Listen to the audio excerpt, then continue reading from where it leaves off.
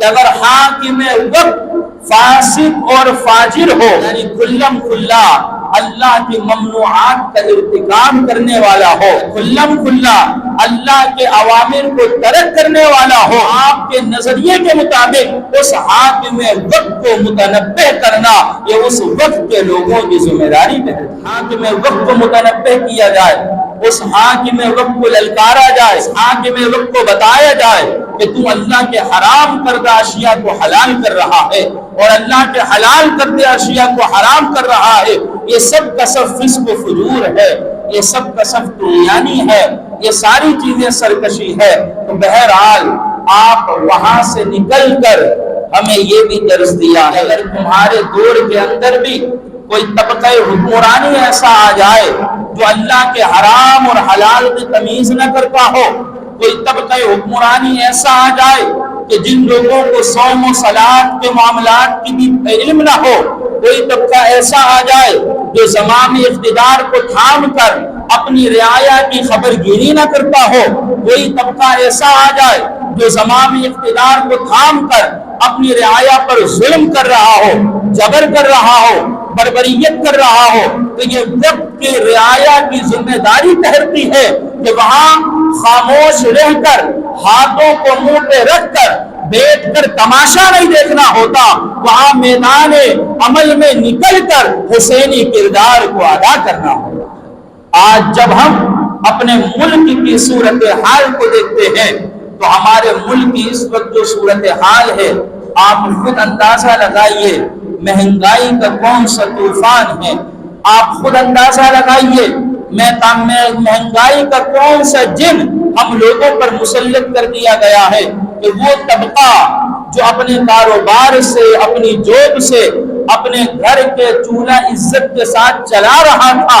آج وہ مہنگائی کے شکنجے میں اس طرح کا پس چکا ہے کہ وہ بھی قرض لینے کے لیے اپنے ہاتھوں کو پھیلانے پر مجبور ہو چکا ہے۔ اور جو سفید پوش طبقہ ہے کہ جن کا معاملہ پہلے ہی بڑا ناگفتہ بھی تھا، اب صورتحال یہ ہے کہ اس مہنگائی کے جن نے ان کے دل اور دماغ میں یہ وسوسہ ڈال دیا کہ وہ لوگ خودکشی کرنے پر بھی ذہن بنانے لگ گئے ہیں۔ اس وقت یہ صورتحال، بجلی کے معاملات کی کیا صورتحال ہے، ہم اگر صرف اپنے ملک کو دیکھیں، ہم ابھی عالمی سطح پر نہیں دیکھ رہے ہیں، اب ابھی ہم فلسطین کی باتیں نہیں کر رہے ہیں، ابھی ہم کشمیر میں جو مسلمانوں کو کاٹا جا رہا ہے ہم اس کی باتیں نہیں کر رہے ہیں، کی بات کر رہے ہیں۔ اس وقت ملک پاکستان اس طرح کے بھور میں پھنسا ہوا ہے، اس وقت ہمارا ملک اس طرح کے داخلی انتشار کے اندر پھنسا ہوا ہے کہ ہم آزاد مملکت رکھنے کے باوجود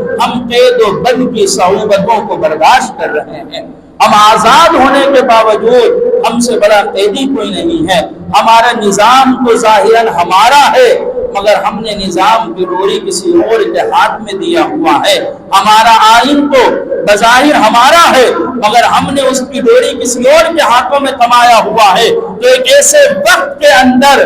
اب یہ ہماری ذمہ داری عائد ہوتی ہے کہ ہم بھی اپنے اندر حسینی کردار کو پیدا کریں، مگر اس کا یہ مطلب نہیں کہ اب ہم اکیلے تنے تنہا میدان میں نکل جائیں، بلکہ جن کے پاس پلیٹ فارم ہے،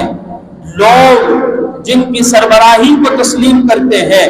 لوگ جن کے بڑے پن کو بڑا پن مانتے ہیں، یہ ان کے اوپر ذمہ داری عائد ہوتی ہے کہ آوازوں کو بلند کیا جائے، چاہے وہ علماء ہوں، چاہے وہ مشائخ ہوں، چاہے وہ پیران نظام ہوں، چاہے وہ دیگر صاحبان اختیار ہوں، چاہے وہ دیگر صاحبان اقتدار ہوں، چاہے وہ قومی اسمبلیوں کے ممبر ہوں، یہ ان کے اوپر ذمہ داری عائد ہوتی ہے کہ اس وقت حسینیت کی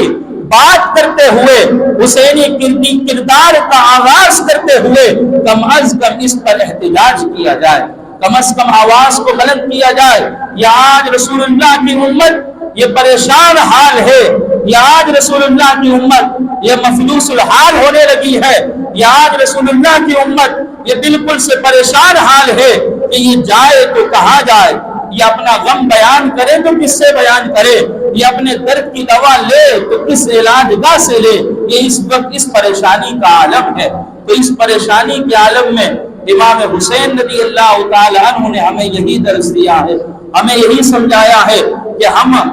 اس معاملات میں